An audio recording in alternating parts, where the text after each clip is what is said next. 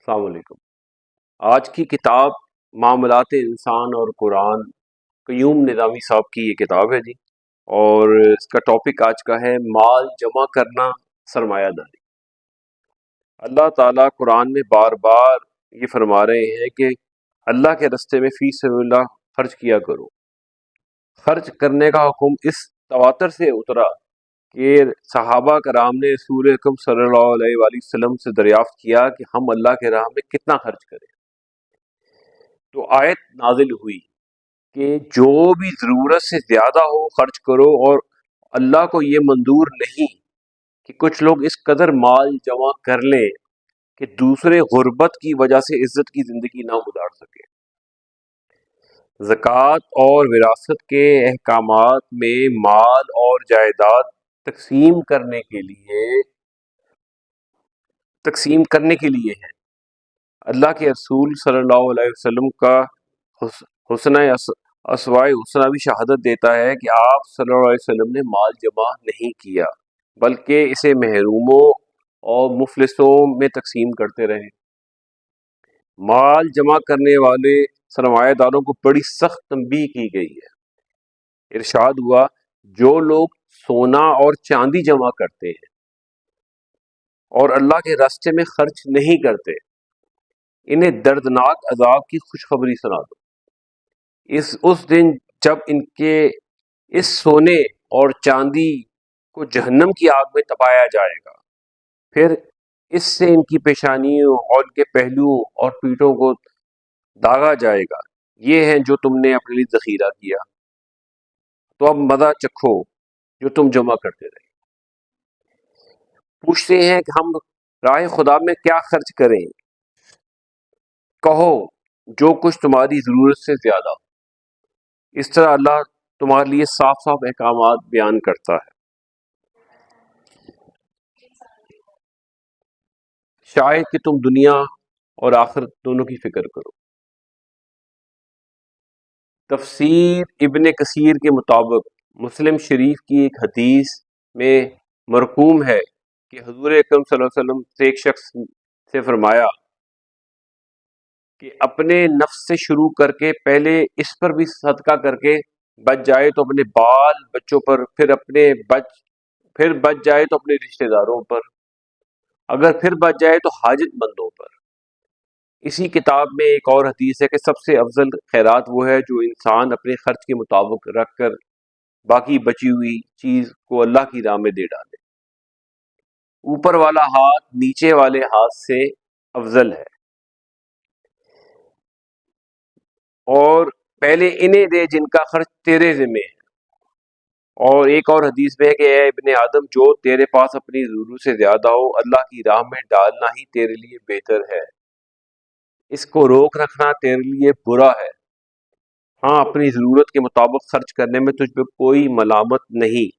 ان حدیث کے مطابق مال جمع کرنے کی بجائے اللہ کی راہ میں خرچ کرنا افضل ہے۔ ارشاد ہوا، اگر تم اللہ کی راہ میں مارے جاؤ یا مر جاؤ تو اللہ کی جو رحمت اور بخشش تمہارے حصے میں آئے گی وہ ان ساری چیزوں سے زیادہ بہتر ہے جو تم نے جمع کرتے ہوئے، اور خواہ تم مرو یا مارے جاؤ، بہرحال تم سب کو سمٹ کر اللہ کی طرف جانا ہے۔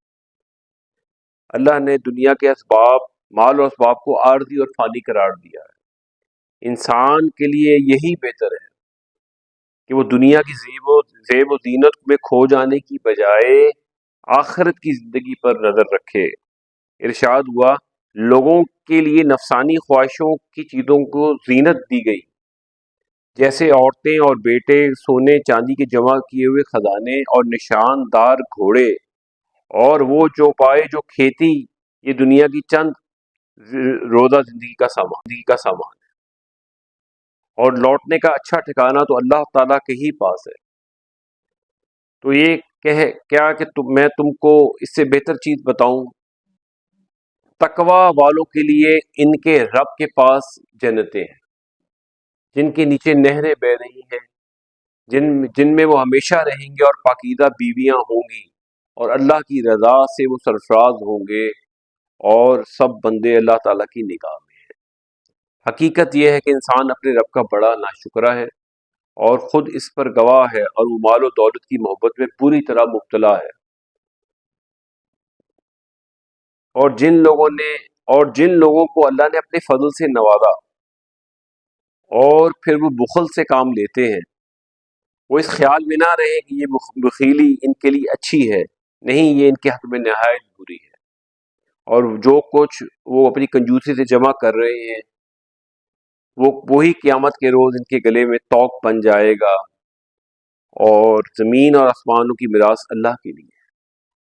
وہ تو بھڑکتی ہوئی آگ کی لپیٹ ہوگی جو گوشت پوش کو چاٹ جائے گی، پکار پکار کر اپنی طرف بلائے گی، اور ہر اس شخص جس نے حق سے منہ موڑا اور پیٹھ پھیری، مال جمع کیا اور اسے سنبھال سنبھال کر رکھا۔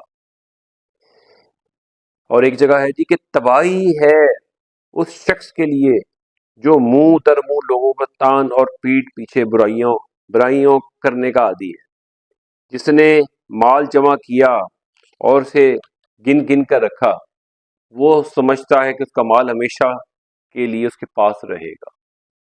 ہرگز نہیں، وہ شخص تو چکنا چور کر دینے والی جگہ جہنم میں پھینک دیا جائے۔ اور ایک مولانا مودودی لکھتے ہیں جی کہ اللہ نے اس نے اس آیت میں معاشی نظام کا بنیادی اصول بیان کیا ہے کہ دولت کی گردش پورے معاشرے میں عام ہونی چاہیے، تاکہ سرمایہ صرف مالداروں کے ہاتھوں میں نہ گھومتا رہے۔ قرآن میں اسی اصول کے مطابق سود حرام اور زکوٰۃ کو فرض کیا گیا ہے، اموال غنیمت میں سے خمس نکالنے کا حکم دیا گیا ہے، صدقات کی تلقین کی گئی ہے، میراث کا قانون بنایا گیا ہے تاکہ جائیداد اور دولت تقسیم ہوتی رہے اور سرمایہ چند ہاتھوں میں جمع نہ ہوتا رہے۔ بخل اور کنجوسی کی مذمت اور فیاضی کو بہترین صفت قرار دیا گیا۔ اور جی اللہ نے ایک آیت میں مال و دولت جمع کرنے اور دوسروں کے رزق کے لیے دروازہ بند کرنے کو فساد قرار دیا ہے۔ ارشاد ہوا ہے کہ جو مال اللہ نے تجھے دیا ہے، اس سے آخرت کا گھر بنانے کی فکر کر، اور دنیا میں اپنا حصہ فراموش نہ کر، احسان کر جس طرح اللہ نے تیرے ساتھ احسان کیا ہے، اور زمین پر فساد برپا کرنے کی کوشش نہ کر، اللہ فساد کرنے والوں کو پسند نہیں کرتا۔ بہت شکریہ جی آج کے لیے، پھر انشاءاللہ۔